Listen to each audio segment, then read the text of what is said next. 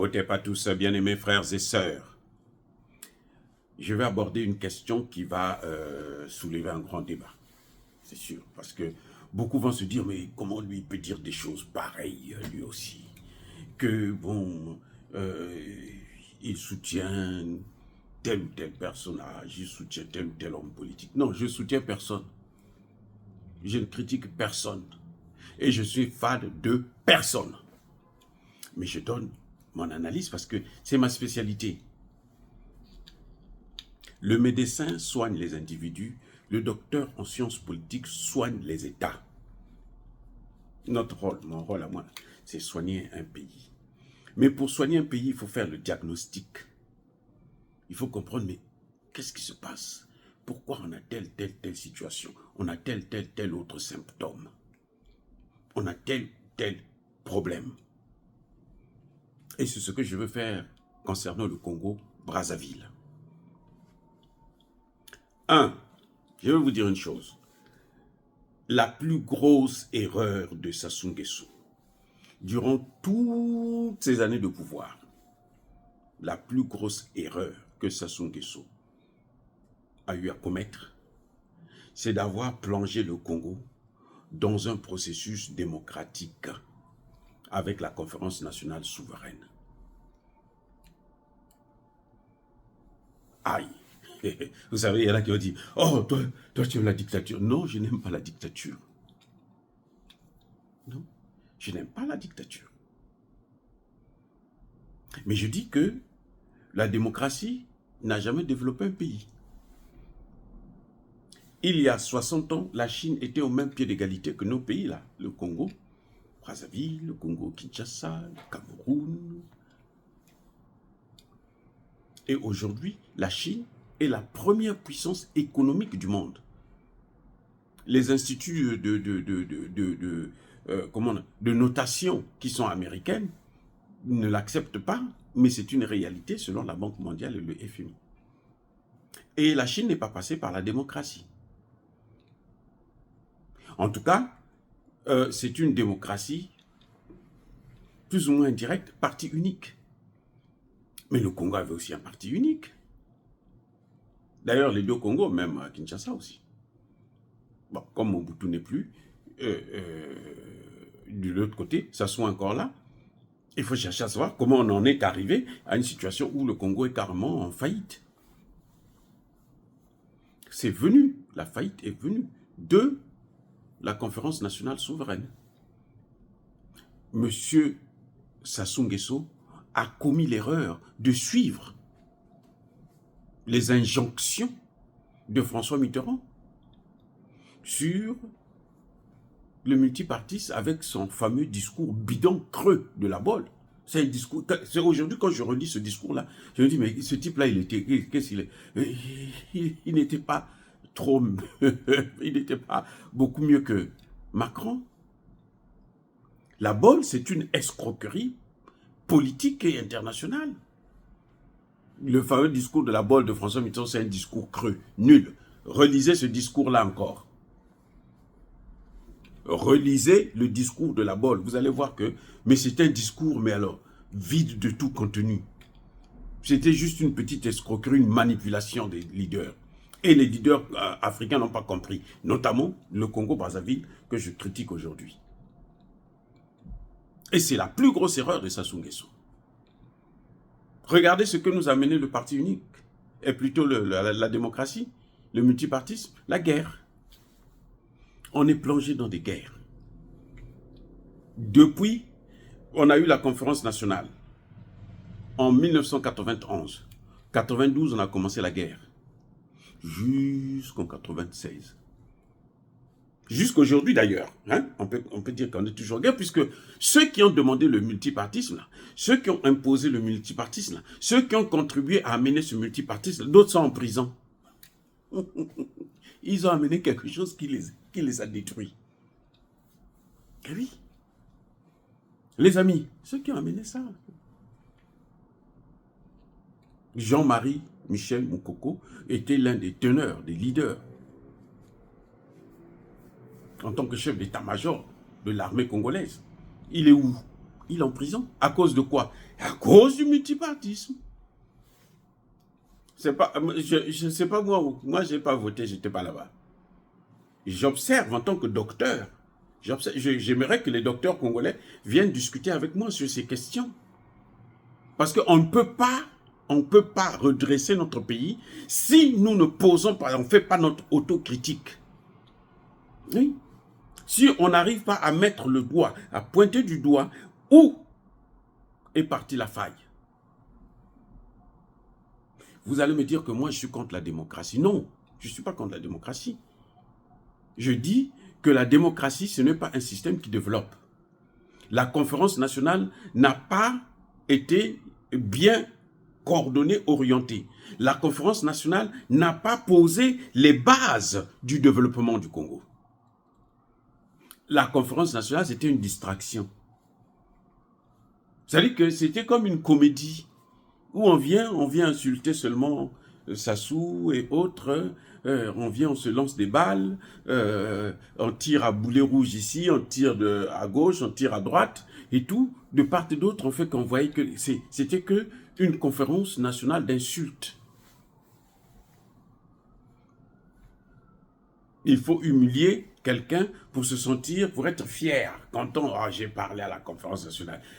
Aucun réécouter cette conférence nationale.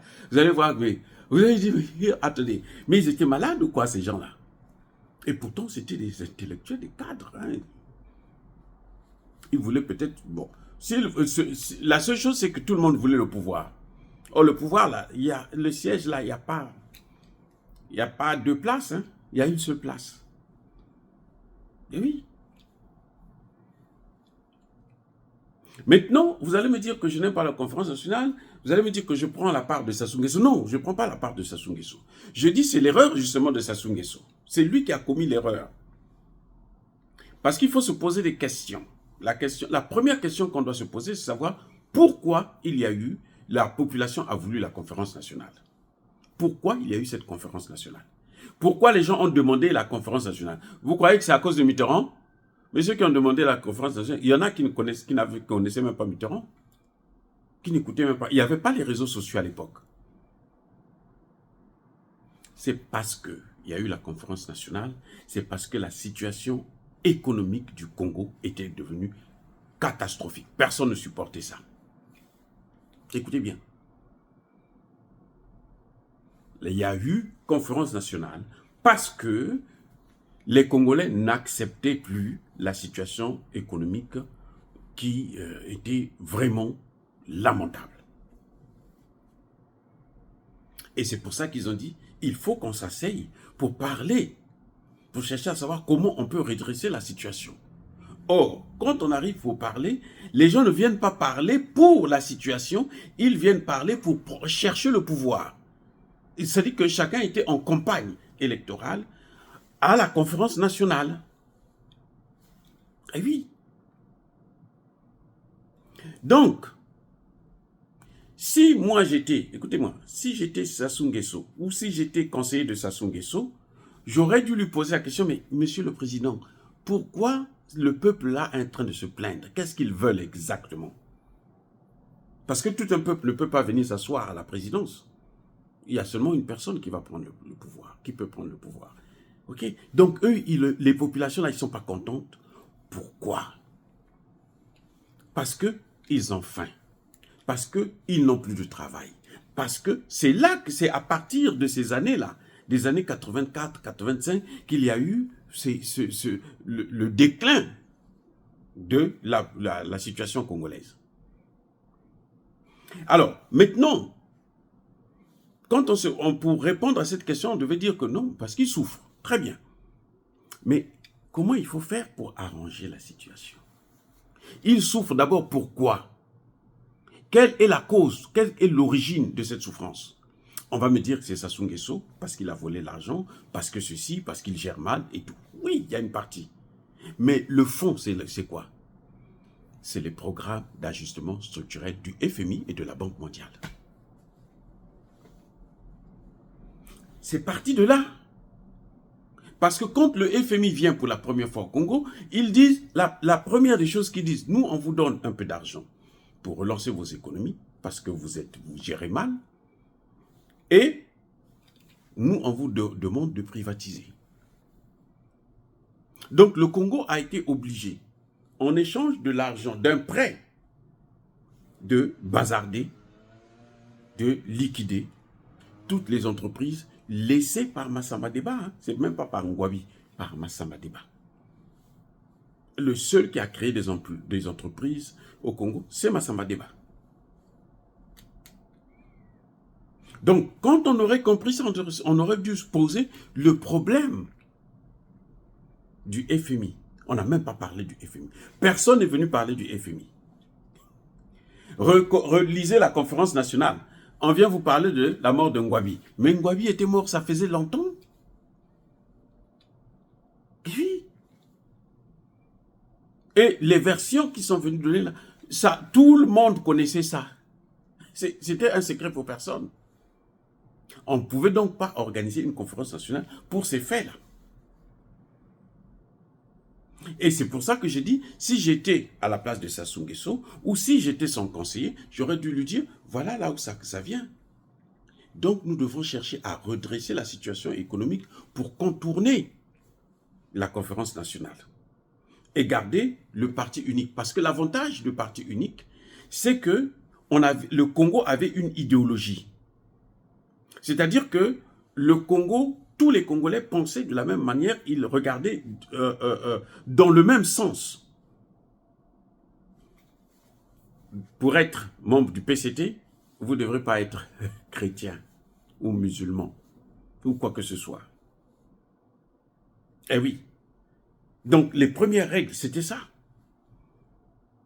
Une idéologie. La Chine a réussi parce que la Chine a une seule idéologie. Tous les Chinois ont une idéologie. Aux États-Unis, écoutez bien, aux États-Unis, quand vous regardez très bien, il y a une idéologie. Il faut être capitaliste. Mais non, il y a plusieurs, les libéraux, les conservateurs et tout. Mais c'est le capitalisme qui prime. Quand tu es communiste, là, ça dit que il suffit qu'on dise que tu es communiste, c'est fini. Tu ne peux plus faire la politique aux États-Unis. Donc, aux États-Unis, il y a quoi? Il y a une idéologie. Ça veut dire quoi? Ça veut dire que quand vous avez une idéologie, vous avez plus de chances d'avancer que lorsque vous avez plusieurs idéologies. Maintenant, quand on rentre en profondeur, vous cherchez à savoir ce que c'est que la démocratie. Vous allez constater que la démocratie, c'est un instrument d'ingérence dans nos affaires par les Occidentaux. Donc, à un moment donné, les Occidentaux ne savaient plus comment ils peuvent influencer nos dirigeants, puisqu'on nous a donné une petite indépendance et que les gens se considèrent maintenant autonomes. Donc, il faut créer quelque chose qui va faire à ce que nous, on puisse venir dire, bon, ça c'est bon, ça c'est pas bon. Et c'est à partir de la démocratie. Or, vous ne respectez pas les droits de l'homme. Vous n'êtes pas bien élu. Quand vous avez une élection chez vous, eux aussi, ils ont une élection. Ils deviennent les grands électeurs, en fait.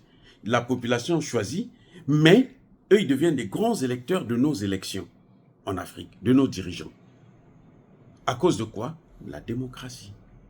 Si on n'avait pas opté pour la démocratie, on n'allait pas en arriver là. Et vous allez constater que la Russie a succombé parce qu'ils avaient voulu suivre la démocratie. Depuis que Poutine a commencé à redresser pour faire en sorte que la démocratie ne soit pas comme celle à l'occidentale, limitée à un certain nombre de pouvoirs, pas d'ingérence dans les affaires de l'État, voilà comment il est en train de sortir. La Russie est aujourd'hui la 4e puissance économique du monde. Donc, il suffisait pour Sassou Nguesso de comprendre que le problème, c'est cette population, ils ne sont pas contents parce qu'ils ne mangent pas leur faim, ils n'ont pas d'eau potable, ils n'ont pas d'électricité. Comment il faut faire pour leur donner cette électricité, cette eau potable là?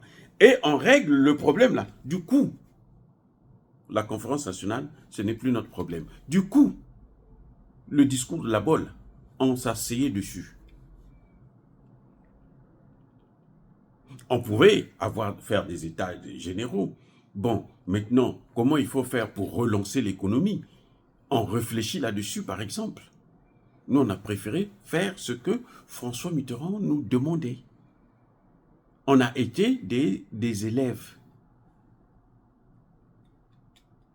Or, on est en politique, quand on est un État, on ne peut pas être l'élève de l'autre. Parce que l'autre, là, quand il fait la politique, c'est pour ses intérêts.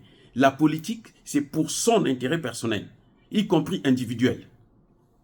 Parce que je veux être président, alors je fais la politique pour être président. Parce que je veux que mes enfants aillent à l'école, alors je vote pour celui qui me dit que tes enfants iront à l'école gratuitement. Sinon, je ne fais pas la politique. Vous voyez? Donc, je reviens encore sur ce fait-là, que la plus grosse erreur de la vie de Sassou Nguesso, il y en a d'autres, hein, beaucoup même, mais c'est-à-dire que je parle sur le plan purement politique. La plus grosse erreur de Sassou Nguesso, c'est d'avoir amené le Congo dans une conférence nationale souveraine qui avait pour objectif de faire la politique alors que les problèmes que la population voulait résoudre étaient économiques. Et cette conférence n'a pas parlé du tout de l'économie, elle a parlé que de la politique. Ça n'a rien apporté au Congo, au contraire, ça a accéléré le processus de tribalisme, le processus de guerre civile, la criminalité, ainsi de suite. Et aujourd'hui, le Congo est dans le chaos.